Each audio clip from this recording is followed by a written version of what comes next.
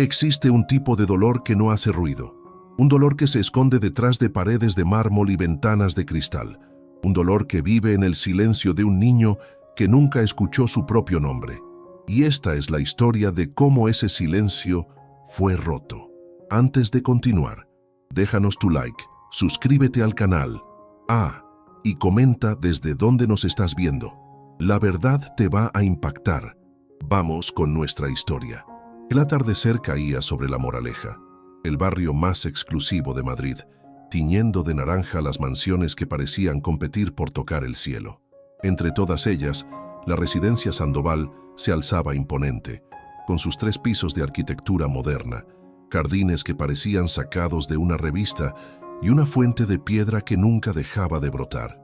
Pero si las paredes hablaran, contarían que todo ese esplendor no era más que un hermoso ataúd, porque dentro de esa casa no había vida, solo existencia.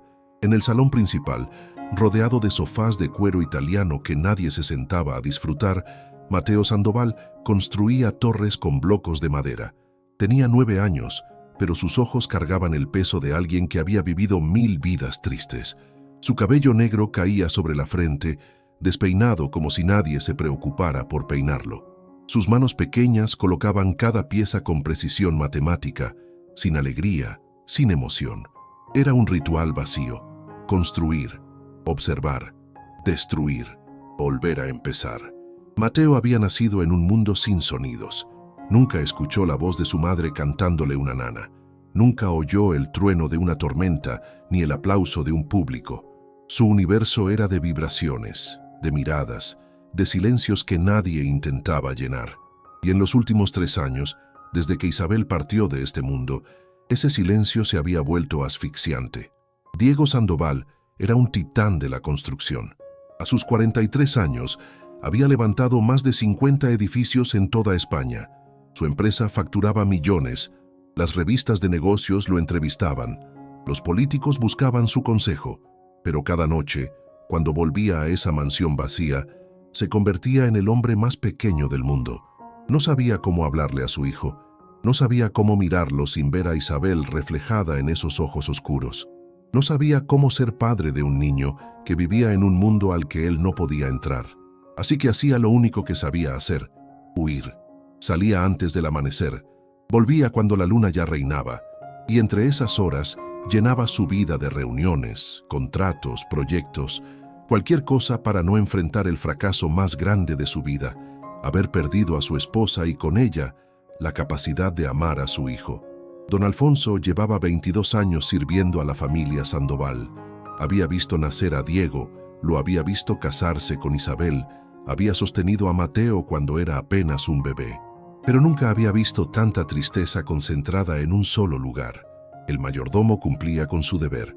Vestía a Mateo, lo llevaba a la escuela especial, preparaba sus comidas, supervisaba su rutina. Todo con eficiencia militar, pero sin cariño, porque don Alfonso había aprendido, después de tantos años, que en esa casa las emociones estaban prohibidas. Fue una mañana de septiembre, cuando el otoño comenzaba a pintar Madrid de ocres y rojos, que Carmen Ruiz llegó a la mansión Sandoval.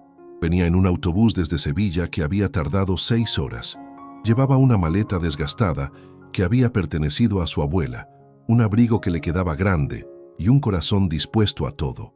Su madre, doña Rosa, agonizaba lentamente en un pueblo perdido de Andalucía, consumida por una enfermedad que los médicos rurales no sabían curar. Carmen necesitaba dinero, necesitaba un milagro, y cuando vio el anuncio de empleo en Madrid, supo que era su única oportunidad. Tenía 27 años, pero la vida la había curtido como a una mujer de 50. Había trabajado en el campo, en bares, limpiando casas ajenas. Sus manos eran ásperas, su piel morena del sol andaluz, pero su sonrisa era lo único que el dolor no había logrado robar. Era amplia, sincera, llena de una luz que no tenía explicación lógica. Don Alfonso la recibió en la entrada de servicio, evaluándola con esa mirada que solo los mayordomos de familias ricas saben dar. Una mirada que mide, que juzga, que clasifica. ¿Carmen Ruiz? Sí, señor. Sígame. Carmen atravesó pasillos que parecían museos. Cuadros carísimos colgaban de paredes blancas. Alfombras persas cubrían suelos que brillaban como espejos. Todo era perfecto, demasiado perfecto, como si la vida real no tuviera permiso de entrar allí. Diego la esperaba en su despacho, una habitación forrada de libros que probablemente nunca había leído y diplomas que colgaban como trofeos. Él no levantó la vista cuando ella entró. Seguía firmando documentos, el ceño fruncido, la corbata perfectamente anudada. «¿Tienes referencias?», dijo sin mirarla. No era una pregunta. «Sí, señor. Trabajé 5 años con la familia Márquez en Sevilla. Puedo cocinar, limpiar, cuidar niños. Aquí hay un niño, 9 años, sordo. No habla mucho. No escucha nada». Diego finalmente levantó la vista. Sus ojos eran de un azul helado. «Don Alfonso te explicará tus tareas. Tu habitación está en el ático de servicio. Se te pagará a fin de mes. ¿Alguna pregunta?». Carmen quería preguntar 1000 cosas. Quería preguntar por qué un padre hablaba de su hijo como si fuera un mueble más de la casa. Quería preguntar qué había pasado en esa familia para que todo oliera a muerte. Pero necesitaba el trabajo. «No, señor».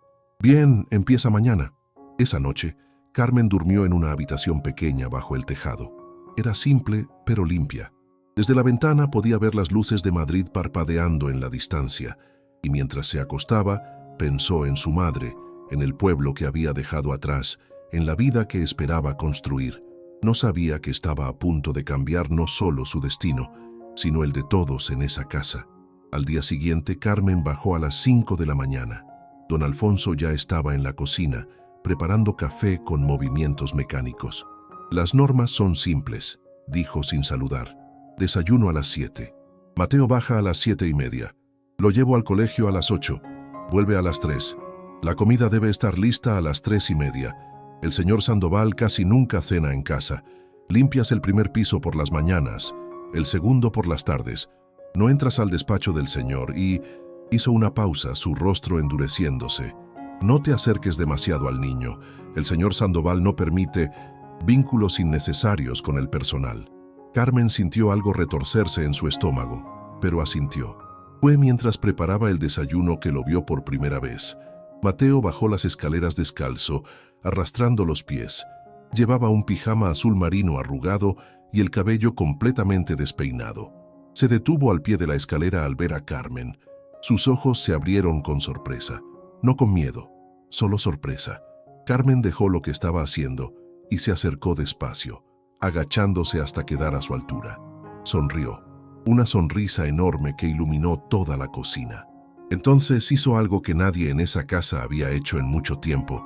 Puso su mano sobre su propio corazón y luego señaló a Mateo. No dijo nada, no intentó hablar, solo sonrió. Mateo la miró fijamente. Durante largos segundos, no se movió. Luego, tímidamente, levantó su mano y la puso sobre su propio pecho. Carmen asintió, sonriendo aún más. Y por primera vez en años, algo parecido a la curiosidad apareció en los ojos del niño. Don Alfonso entró en la cocina y carraspeó, molesto. «Mateo, tu desayuno». El niño se alejó, pero sus ojos siguieron a Carmen mientras se sentaba a la mesa. Ella le sirvió cereales con leche, pan tostado, jugo de naranja. Todo lo hizo mirándolo, sonriendo, asegurándose de que él supiera que lo veía, que era real para ella. Los primeros días fueron de observación.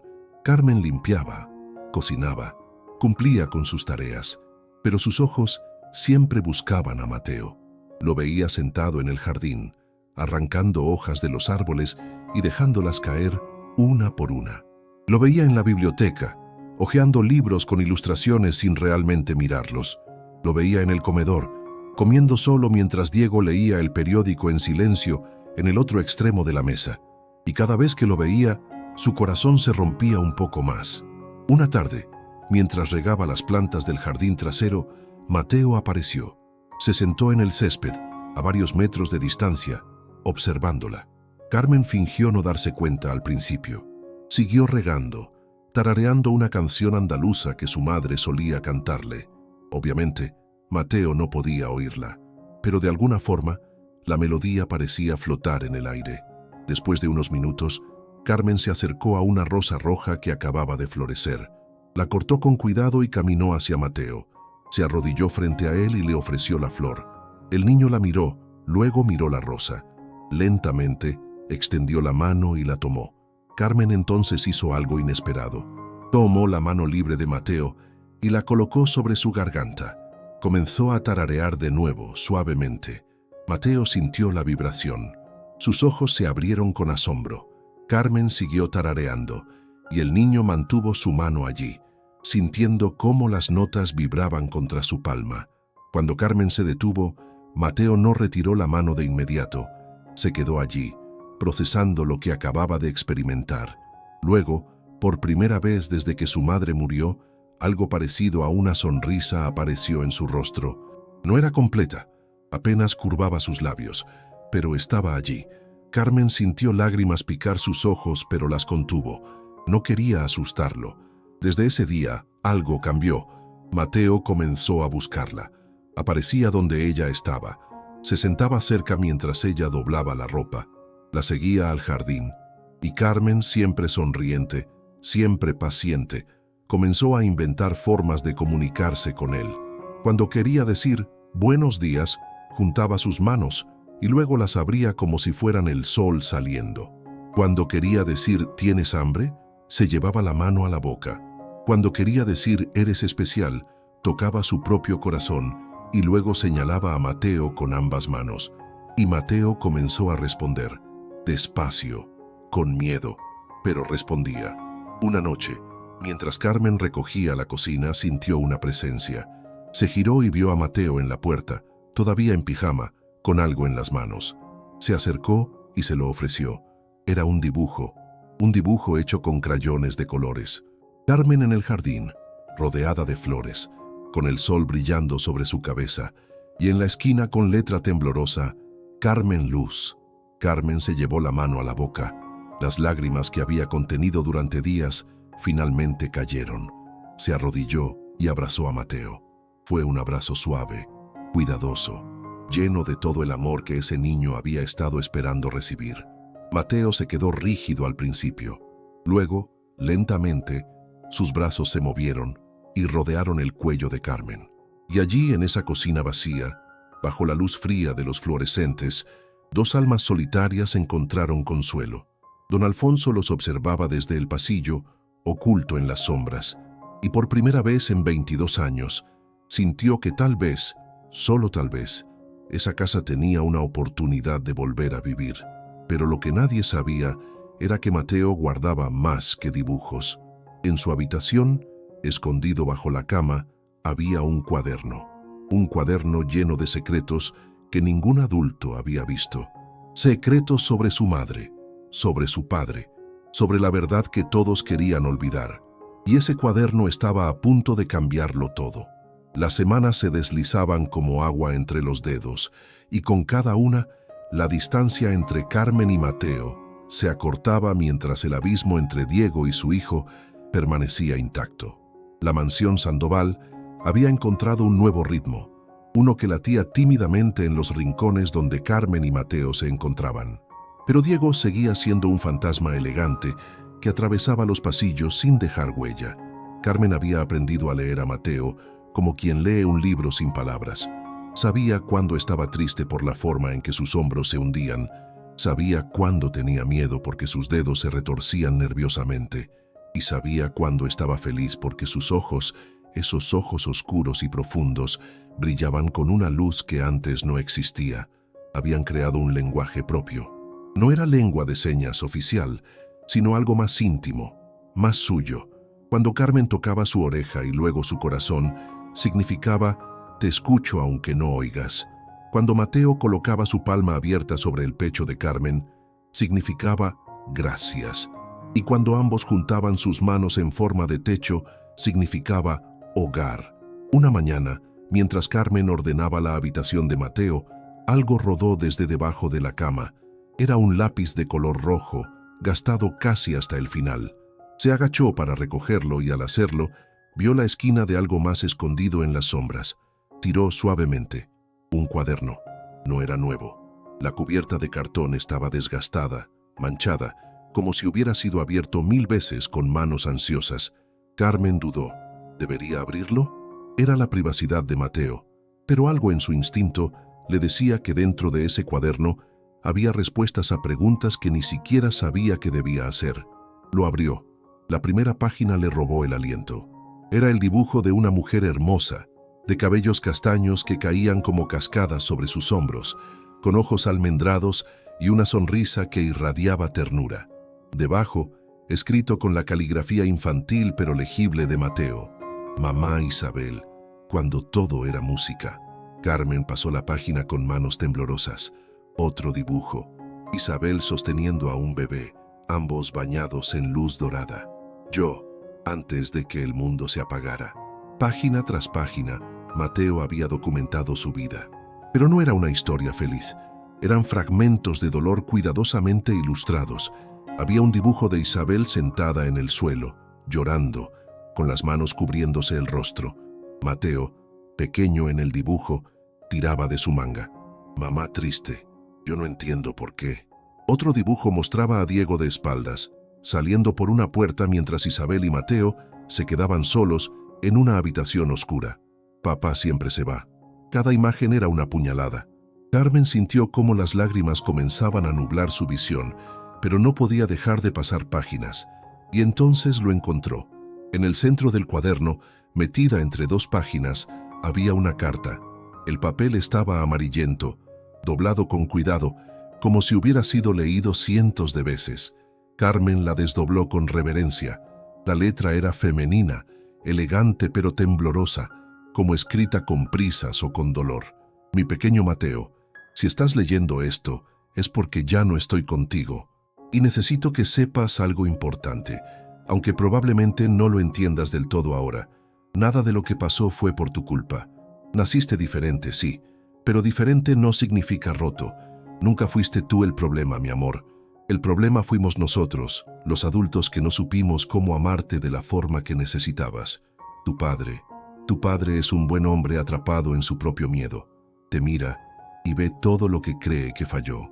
Te mira y me ve a mí, desmoronándome bajo el peso de una maternidad que me exigió más de lo que tenía para dar. No te odia, Mateo. Se odia a sí mismo. Me estoy cansando, hijo. Mi cuerpo me está diciendo adiós poco a poco. Y yo lo sé. Los médicos lo saben. Pero no se lo he dicho a tu padre porque si lo supiera, se rompería antes de tiempo. Y ya está lo suficientemente roto. Cuando me vaya, no dejes que el silencio te trague. Busca la luz. Busca a alguien que te vea. No como un problema que resolver, sino como el milagro que eres. Y cuando esa persona llegue, no la dejes ir. Voy a irme pronto, mi niño, pero mi amor se quedará. Estará en cada amanecer, en cada rosa del jardín, en cada latido de tu corazón. Vive por mí, vive por ti, tu mamá que te adoró cada segundo, Isabel. Carmen dejó caer la carta sobre su regazo. Las lágrimas corrían libremente por sus mejillas. Isabel sabía que iba a morir. Y en lugar de asustarse, escribió esta carta para su hijo sordo, esperando que algún día él pudiera leerla y entender. Siguió mirando el cuaderno. Los dibujos posteriores a la muerte de Isabel eran más oscuros. Colores grises y negros dominaban las páginas. Mateo solo, en habitaciones vacías. Mateo mirando por la ventana. Mateo intentando hablar pero con una X roja sobre su boca. Y luego, hacia el final, algo que hizo que Carmen se levantara de golpe. Dibujos recientes. Dibujos de Diego, pero no de espaldas. Diego parado en la puerta de la habitación de Mateo, de noche, mirando hacia adentro. En uno de los dibujos, Diego tenía lágrimas dibujadas cayendo de sus ojos, y debajo, con letra más firme que en los dibujos anteriores: Papá me mira cuando cree que duermo. Llora. Quiere entrar pero no puede. Tiene miedo. Yo también. Carmen cerró el cuaderno apretándolo contra su pecho. Ahora entendía todo. Diego no era cruel. Era un cobarde. Un cobarde consumido por la culpa que creía que su rechazo había matado a su esposa. Y Mateo lo sabía. Ese niño de 9 años entendía más de lo que cualquiera le daba crédito. Tenía que hacer algo. Pero, ¿qué? ¿Cómo obligas a un hombre a enfrentar demonios que lleva cargando durante 3 años? Esa tarde, cuando Diego regresó del trabajo, Carmen lo esperaba en el vestíbulo. Don Alfonso intentó interponerse, pero ella lo ignoró. Señor Sandoval, necesito hablar con usted. Diego aflojó su corbata, claramente agotado. ¿No puede esperar? No, señor, no puede. Algo en el tono de Carmen hizo que Diego se detuviera. La miró realmente por primera vez desde que ella llegó. Vio determinación en sus ojos. 5 minutos. Entraron al despacho. Diego se sirvió un whisky sin ofrecerle nada a ella. Carmen no se sentó, aunque él le señaló una silla. Su hijo lo necesita. Diego tomó un trago largo antes de responder. Mi hijo tiene todo lo que necesita. Educación, techo, comida. Su hijo necesita a su padre. Usted no sabe nada sobre... Sé que está muriendo en vida. Carmen alzó la voz, algo que nunca había hecho. Sé que ese niño pasa las noches solo esperando que usted cruce esa puerta y le diga que lo ama. Sé que usted se para afuera de su habitación todas las noches, pero nunca entra. Y sé que los dos se están ahogando en el mismo dolor, pero separados. Diego dejó el vaso sobre el escritorio con tanta fuerza que casi lo rompe. ¿Cómo se atreve? ¿Quién le dio permiso para hablarme así? Nadie. Pero alguien tiene que hacerlo porque Isabel no está aquí para hacerlo. El nombre de su esposa cayó como una bomba. Diego palideció. No mencione su nombre. ¿Por qué? ¿Porque duele? ¿Porque le recuerda que ella se fue y usted sigue culpándose? Ella no murió por su culpa, señor Sandoval. Usted no sabe nada. Entonces dígame qué pasó realmente. Diego se derrumbó, literalmente. Se dejó caer en el sillón de cuero y se cubrió el rostro con las manos. Sus hombros temblaron. Yo no supe cómo. Cuando nació sordo, yo me asusté. Isabel se volcó completamente en él y yo me alejé. La vi consumirse día tras día, agotándose, y no hice nada. Y cuando murió, cuando su corazón simplemente se rindió, su voz se quebró. Supe que había sido mi culpa, por no ayudarla, por no amar a mi hijo como ella lo hacía, por ser un cobarde. Carmen se acercó despacio. Isabel escribió una carta para Mateo explicando todo. Diego levantó la cabeza bruscamente. ¿Qué? Está en su cuaderno. Un cuaderno lleno de dibujos donde ese niño ha documentado cada momento de dolor de su vida, incluido usted llorando en su puerta todas las noches. Diego se quedó sin aire. Él sabe, lo sabe todo, y aún así lo espera. Aún así, quiere que usted entre. Hubo un largo silencio. Luego Diego susurró, muéstremelo. Carmen subió a la habitación de Mateo y regresó con el cuaderno. Diego lo tomó con manos temblorosas, lo abrió y comenzó a pasar las páginas. Con cada dibujo, su rostro se descomponía más. Las lágrimas caían sobre el papel, manchando algunos de los dibujos. Cuando llegó a la carta de Isabel, se detuvo. La leyó una vez, luego otra y otra más. Sus labios se movían en silencio, repitiendo las palabras como un mantra. Ella sabía, murmuró. Sabía que iba a morir y no me dijo nada, porque lo conocía. Sabía que usted se autodestruiría. Diego llegó a los últimos dibujos, los de él parado en la puerta, y cuando leyó las palabras de Mateo, papá me mira cuando cree que duermo. Llora.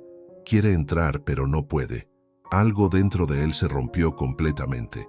Se puso de pie de golpe, todavía sosteniendo el cuaderno. ¿Dónde está? En su habitación. Diego salió del despacho como un huracán. Subió las escaleras de 2 en 2. Carmen lo siguió a distancia. Cuando llegó a la puerta de la habitación de Mateo, Diego se detuvo. Su mano tembló sobre el pomo. Respiró hondo y entró. Mateo estaba sentado en su cama, dibujando en otro cuaderno. Cuando vio a su padre entrar, se congeló. Sus ojos se abrieron con sorpresa, casi con miedo.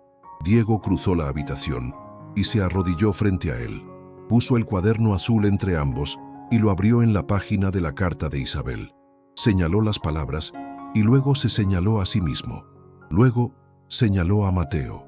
Con movimientos torpes porque nunca había intentado comunicarse así, Diego puso su mano sobre su propio corazón. Luego tocó el corazón de Mateo. Sus labios se movieron, pronunciando cada palabra con claridad, aunque su hijo no pudiera oírlas. Lo siento, perdóname, te amo. Mateo miró a su padre. Por largos segundos no se movió. Luego, lentamente, extendió sus brazos. Diego lo atrapó en un abrazo desesperado, como quien abraza lo único que le queda en el mundo. Y Mateo, ese niño de 9 años que había esperado 3 años por ese abrazo, se aferró a su padre con una fuerza que no sabía que tenía. Ambos lloraron. Diego sollozaba con sonidos guturales y rotos. Mateo lloraba en silencio, sus lágrimas empapando la camisa de su padre. Carmen observaba desde la puerta, las manos sobre su boca, su propio rostro bañado en lágrimas. Don Alfonso apareció detrás de ella, igualmente conmovido. Por primera vez en 22 años, el mayordomo permitió que una lágrima rodara por su mejilla arrugada. Cuando finalmente se separaron, Diego tomó el rostro de Mateo entre sus manos, lo miró a los ojos y sonrió. No era una sonrisa perfecta, estaba rota, llena de dolor y arrepentimiento, pero era real. Mateo sonrió de vuelta. Esa noche, Diego no se fue a su habitación. Se quedó en el cuarto de Mateo, sentado en el suelo junto a la cama, sosteniendo la mano de su hijo hasta que se durmió. Y por primera vez en 3 años, Mateo durmió sin pesadillas. Pero al día siguiente, don Alfonso se acercó a Carmen en la cocina. «Hay algo más que debes saber», dijo en voz baja. «¿Qué cosa?» «Una caja, en el sótano. Doña Isabel me la dio una semana antes de morir. Me hizo jurar que solo se la entregaría al señor Sandoval cuando estuviera listo para no destruirse con lo que contiene». Carmen sintió un escalofrío. «¿Qué hay en esa caja?» Don Alfonso la miró con ojos cansados. «La verdad completa. Y esa verdad va a cambiar todo lo que creemos saber sobre lo que pasó hace 3 años. El sótano de la mansión Sandoval era un lugar olvidado por el tiempo, húmedo, oscuro, lleno de cajas polvorientas que guardaban recuerdos que nadie quería enfrentar. Don Alfonso encendió la luz tenue y guió a Carmen hacia el fondo, donde una estantería vieja bloqueaba parcialmente una pared de piedra. «Ayúdeme», murmuró el mayordomo. Entre los dos movieron la estantería. Detrás, sobre una mesa cubierta con un mantel raído, descansaba una caja de madera de cerezo. No era grande, pero su presencia parecía ocupar todo el espacio. Tenía un candado antiguo, y don Alfonso sacó una llave que llevaba colgada al cuello desde hacía 3 años. «Doña Isabel me dio esto 6 días antes de morir», explicó mientras abría el candado con manos temblorosas. Me dijo: «Alfonso, cuando Diego deje de huir, cuando finalmente pueda mirar a Mateo sin romperse, entrégale esto. Pero no antes. Si se lo das antes, no sobrevivirá». La tapa se abrió con un crujido.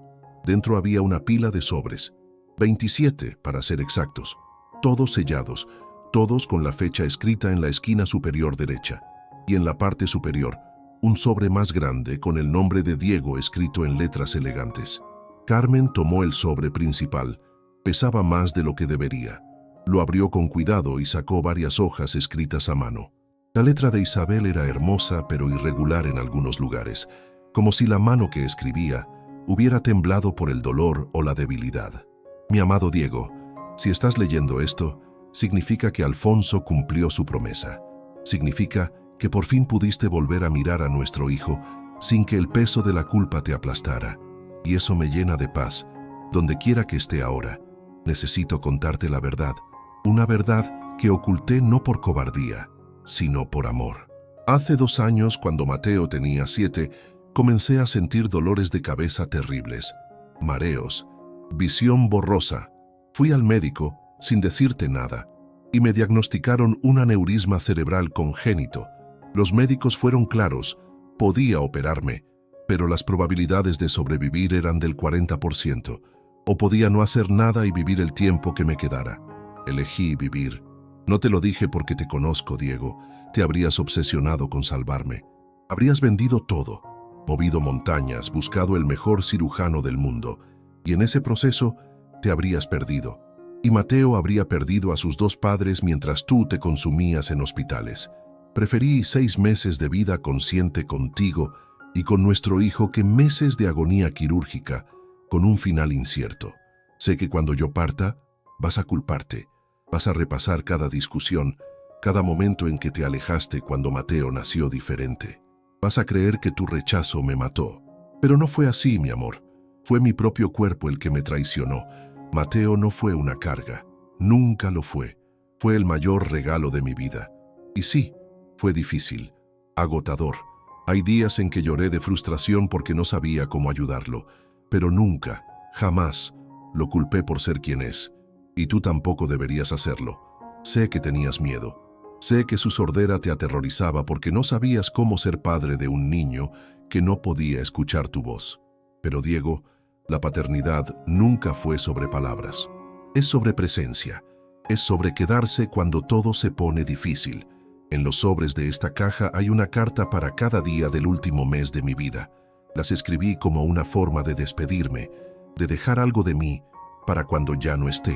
Léelas cuando estés listo, no todas a la vez, una por día como yo las escribí, y cuando termines de leerlas, quiero que hagas algo por mí. Vive. Ama a nuestro hijo sin miedo. Enséñale que el mundo es hermoso incluso en silencio. Muéstrale que ser diferente no significa ser menos. Y por favor, no dejes que mi muerte sea la razón por la que dejas de vivir. Porque yo viví cada segundo contigo, y fueron los mejores segundos de mi existencia. Te amo. Siempre lo hice. Siempre lo haré. Tu Isabel. Para siempre. Carmen terminó de leer con la voz quebrada. Las lágrimas caían sobre el papel, pero no importaba. Don Alfonso lloraba abiertamente, algo que probablemente nunca había hecho en toda su vida. Ella me lo dijo todo una semana antes, confesó el mayordomo. Me pidió que guardara esto, que esperara, y yo obedecí. Pero hubo noches en que quise subir y gritarle al señor Sandoval que dejara de castigarse, que ella no murió por su culpa. Carmen tomó la caja completa. Tenemos que dársela. Ahora. ¿Está segura? Esto va a liberarlo. Por fin. Subieron las escaleras en silencio. Era domingo por la tarde. Diego y Mateo estaban en el salón. Diego intentaba enseñarle a su hijo algunos signos básicos en lengua de señas española que había estado aprendiendo en secreto las últimas noches. Mateo se reía cuando su padre se equivocaba. Era la primera vez que Carmen oía esa risa. Era silenciosa, pero visible en todo su rostro. Señor Sandoval, Carmen interrumpió suavemente. Diego levantó la vista. Cuando vio la caja en sus manos, su rostro palideció. ¿Qué es eso? Es de Isabel. Para usted. Don Alfonso se adelantó. Doña Isabel me la confió antes de morir, señor. Me hizo jurar que esperaría el momento correcto. Ese momento es ahora. Diego se puso de pie lentamente. Tomó la caja con reverencia, como si fuera sagrada. Mateo los observaba, confundido, pero en silencio. ¿Puedo? Diego miró a Carmen. Tómese todo el tiempo que necesite. Diego subió a su habitación. Cerró la puerta. Se sentó en el borde de la cama y abrió el sobre principal. Leyó la carta de Isabel una vez, luego otra y otra más. Con cada lectura, pedazos de culpa se desprendían de su alma como escamas de piel muerta. Ella sabía, siempre lo supo, y eligió no decirle para protegerlo. No fue su rechazo lo que la mató, fue su cuerpo, fue el destino, fue la vida siendo cruel, de la forma en que a veces es. Diego tomó el primer sobrefechado, lo abrió. Día 1. Hoy desperté sabiendo que me quedan 30 días, 30 amaneceres contigo, 30 oportunidades de ver a Mateo sonreír. No estoy asustada, Diego, estoy agradecida, porque muchas personas mueren sin saber que el final está cerca. Yo tengo el privilegio de despedirme conscientemente. Te vi esta mañana dormir y pensé, este hombre es el amor de mi vida, y lo será hasta mi último respiro. Diego lloró. Lloró como no había llorado en años. Abrió el segundo sobre, luego el tercero, el cuarto. Leyó cada carta, cada palabra, cada despedida que Isabel le dejó. Ella hablaba de momentos pequeños, de cómo le gustaba cuando él le preparaba café por las mañanas, de cómo se enamoró de él la primera vez que lo vio tocar el piano, de cómo su mayor orgullo era haber creado una familia con él. En la carta del día 18, Isabel escribió: Mateo me preguntó hoy con sus manos, ¿por qué papá no me mira? Y no supe qué responderle, pero le dije, papá te ama, solo está perdido, pero un día te encontrará. Por favor, Diego, encuéntralo, porque él te está esperando. En la carta del día 25, me quedan días. Lo sé, mi cuerpo me lo grita, pero no tengo miedo. Solo tengo una última petición. Cuando yo no esté, no dejes que nuestra casa se convierta en un mausoleo. Llénala de vida, llénala de risa, llénala de Mateo. Y en la última carta, la del día 27, escrita con letra casi ilegible. Es hoy. Lo siento. El dolor es insoportable, pero no quiero morir en un hospital. Quiero morir en nuestra cama, en nuestra casa, imaginando que estás junto a mí. Mateo duerme en la habitación de al lado. Es hermoso, Diego. Es perfecto. Cuídalo. Ámalo. Y cuando sea tu momento de partir, cuéntale que su madre lo amó más que a la vida misma. Adiós, mi amor. Nos vemos del otro lado. Diego cerró la última carta y la sostuvo contra su pecho. Lloró hasta que no le quedaron lágrimas. Y cuando finalmente salió de la habitación, sus ojos estaban rojos, pero su alma estaba ligera. Bajó y encontró a Carmen, a don Alfonso y a Mateo esperándolo en el salón. Se arrodilló frente a su hijo y le mostró las cartas. Con movimientos lentos, señaló a Isabel en una foto que estaba sobre la repisa. Luego señaló las cartas. Luego tocó su corazón y después el de Mateo. Mateo entendió. Tomó una de las cartas y la abrió. Carmen se ofreció a leérsela usando lengua de señas que había estado aprendiendo en secreto con la ayuda de la doctora Méndez. Cuando terminó, Mateo miró a su padre con lágrimas en los ojos. Y en ese momento, algo extraordinario sucedió. Mateo abrió la boca y emitió un sonido. No era una palabra. Era apenas un gemido gutural, pero era su voz. Una voz que casi nunca usaba porque no podía escucharla. Una voz que guardaba para momentos importantes. Diego lo abrazó tan fuerte que casi no podía respirar y susurró contra su cabello: «Ella nos está cuidando. Siempre lo hará». Los meses que siguieron fueron de reconstrucción. Diego redujo su carga laboral a la mitad.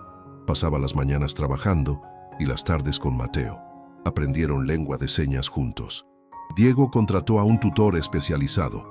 Comenzaron terapia familiar con la doctora Méndez. Carmen recibió una propuesta de Diego: quedarse no como empleada, sino como parte de la familia. Le ofreció traer a doña Rosa a Madrid, pagarle el mejor tratamiento. Y Carmen aceptó. Doña Rosa llegó 2 meses después.